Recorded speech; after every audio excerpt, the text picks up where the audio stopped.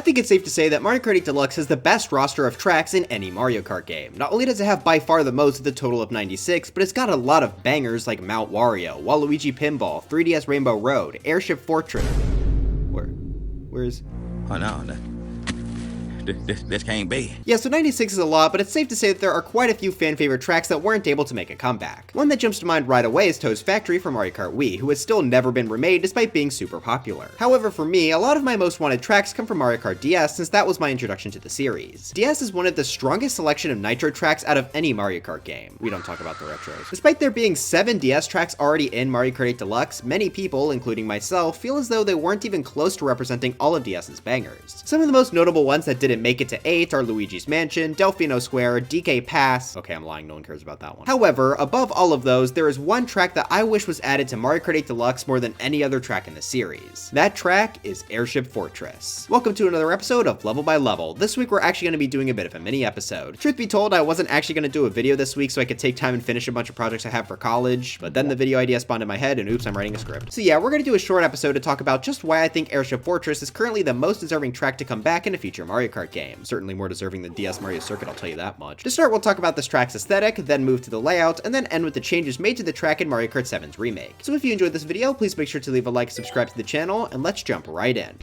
Kicking us off with the aesthetic, and already this is one of the coolest looking tracks in the series. Like, even though it's stuck on the DS and 3DS, I can imagine just how glorious this thing will look in HD when it comes to the next game. I'm using the technique of just believing it'll happen. First off, the theme of this track is already top notch, being obviously an airship from the mainline Mario series. More specifically Super Mario Bros. 3 since it was the only game to have them at the time. Now personally, I am a huge fan of tracks that are actually based on locations from the mainline series. This happens surprisingly less frequently than you may expect it to. Another great example of this is Tick-Tock Clock being based on the course of the same name from Mario 64. It's always really cool to see the Mario Kart series try and adapt locations like this into a kart racing setting. Really hope we're able to get a Mario Odyssey based track in the next game, that would be phenomenal. But moving back to Airship Fortress, this was a great choice for a track. Airships are now one of the most prevalent settings in Mario games, plus the theme of a flying boat is just really cool. I think it's also safe to say that they completely nailed the look and feel of one as well. We'll talk about what's actually on the track in the layout section, but just looking visually, this matches pretty one-to-one with most airships. I mean, looking at the ship from the starting line, it almost looks directly ripped from the mainline series. But on top of the airship itself looking great, I have to compliment the background details for really selling the feel of this track. First off, you could see a ton of airships flying in the background, which makes it feel like you're driving straight through a fleet of them. I also have to mention the phenomenal skybox here. Why purple? This purple color scheme might just be my favorite sky color on any track. It adds so much to make this course have a more intense and slightly eerie atmosphere. Had this just been normal storm clouds, I don't think this track would be nearly as iconic, but they managed to absolutely nail the look to make the track feel super distinct. And just to add even more to that atmosphere, the Airship Fortress theme is a banger. Across the entire Mario series, it is probably my favorite airship style song, and it's easily one of my favorite music tracks in DS. I really wish we got to hear a Mario Kart 8 rendition of this song, but it's okay, Mario Kart 9 will give it to us. Right, Nintendo. But I think that's all I've got for the aesthetic without spoiling the layout. Obviously I have more to say about it, but I think it requires delving into how the track itself is actually designed. When starting the race, you may notice that you aren't on top of the airship yet. That's because if you look at the name Airship Fortress, it's actually made up of 2 words, and we're starting on that fortress aspect. That is once again something that comes from the mainline Mario series, with nearly every 2D game having fortresses to take down. While the main highlight of this track is certainly the airship, the fortress does a lot to help give this track some gameplay variety and help sell the eeriness of it all. That excellent gameplay variety is shown off immediately as you have to try and make your way onto the airship. But instead of just being a boring drive up to the ship, we are immediately shown the intensity of the track as it tries to shoot you.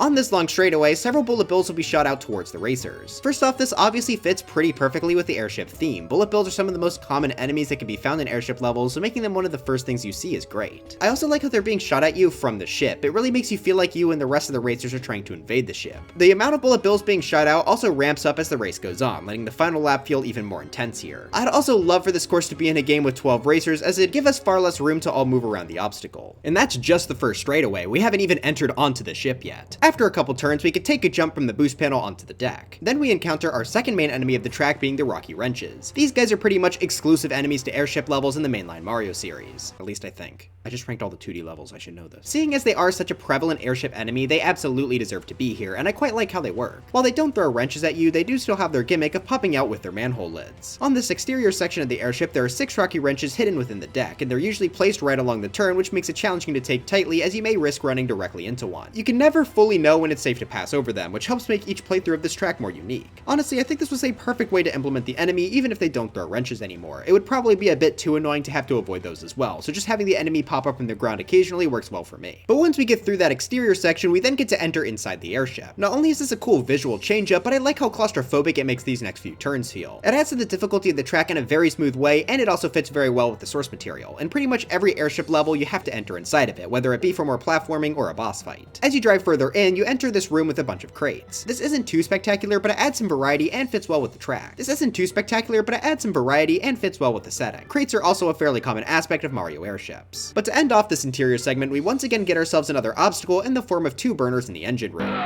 First off, aesthetically, this is great, giving us a unique red area that is unlike anywhere else in the track, but still fits with the theme perfectly. And of course, that red light comes from the burners, which are once again an extremely common obstacle in mainline Mario airships. In this case, the burners are moving left to right, which can make it difficult to move between them, especially if the room is crowded with other racers and items. I think this acts as a perfect send-off for the airship portion of the track. However, we aren't at the end, as we still have to go through the main fortress bit of the track. When exiting the airship, we get ourselves launched out of a cannon towards the spooky tower off in the distance. While many tracks have used the cannon gimmick by this point, I think this is still one of my favorite uses of it throughout the entire Mario Kart series. It makes perfect sense for a cannon like this to be on an airship, and it really gives you time to soak in the eerie vibes of the sky and tower. And I just have to say, I love the look of this thing. It is perfectly gloomy with a blue color scheme, and the fact that the structure is crumbling apart is just such a great touch. Now this part of the track is a little bit controversial, but I think I overall like it, especially on the DS version. It gives you a chance to wind down a bit after the intensity of the airship.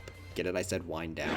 But since this is on Mario Kart DS, this is a perfect test to try and chain a bunch of drifts together. Mario Kart DS is infamous for how powerful snaking is, and this is one of the best instances to challenge yourself by chaining a bunch of drifts together. Honestly though, in a remake, I would like to see a bit more obstacles added here. Maybe some common fortress enemies like Thwomps or Dry Bones. But once you get outside of the tower, there's just one more turn to get to the end, but you have to be careful as this part of the path is crumbled away. This is such a cute way to implement the aesthetic in with the gameplay to make the final turn just a little bit harder. But with that, we finally come to the end of the track, and as you can see, there was a ton to talk about here. Not only did this capture the airship vibe perfectly, but it did so with such a wide variety of obstacles. This track really doesn't get stale because of how many different locations it takes you to, which is why I believe it's one of the best tracks in the Mario Kart series. So hopefully now you guys can understand my frustration with a certain different track being added instead. But luckily, Airship Fortress hasn't been stuck on DS, as it has gotten a remake in Mario Kart 7. Now this section of the video is going to go by super quick because there weren't that many changes, but let's just go over what is there. First off, the bullet bills from the start have been made into bonsai bills, which doesn't really change anything, but I thought it was worth noting. Then of course there's also the significant gameplay difference of being able to trick off various ramps throughout the course. That's obviously not an Airship Fortress exclusive thing, but it makes those portions of the track more satisfying to drive across. Throughout the course there are also a ton of coins, though I think more should have been placed between the rocky wrenches. It would have been cool to have coins on top of the lids themselves to sort of bait people into driving over them. The coins are definitely well placed in the burner part though, being right in between the two of them. Then of course the cannon at the end of the ship has been turned into a glider ramp. Now gameplay wise this doesn't really change too much since you're still stuck in the straight path. Maybe they could add some actual stuff to dodge or collect here in a future remake. Now those are pretty much all the changes from the Mario Kart 7 version, but we do have one final remake in the form of Mario Kart Tour. Wait, if Airship Fortress was in Mario Kart Tour, why didn't they just port it to 8? I'm gonna lose my mind. This is pretty much the same as 7's version, but the interior got some pretty significant visual changes. Now the crate room is a Shy Guy bar, which I think is really cute. Maybe not the most fitting since Shy Guys have never been seen on airships, but I wouldn't mind seeing this return in a future remake. So with all this track has to offer laid out in front of you, I hope you all are able to understand why this is one of my favorite tracks in the Mario Kart series. Not only is it actually based on a theme from the mainline games, but it's done in an incredibly faithful way. The vibes of this track are really strong with its mix of eeriness and intensity. The strong variety of gameplay locations also just make this fun to come back to over and over again. And of course, the song that plays in the background here is an absolute banger. So for all those reasons, I think Airship Fortress is my favorite track that was not included in Mario Kart 8 Deluxe.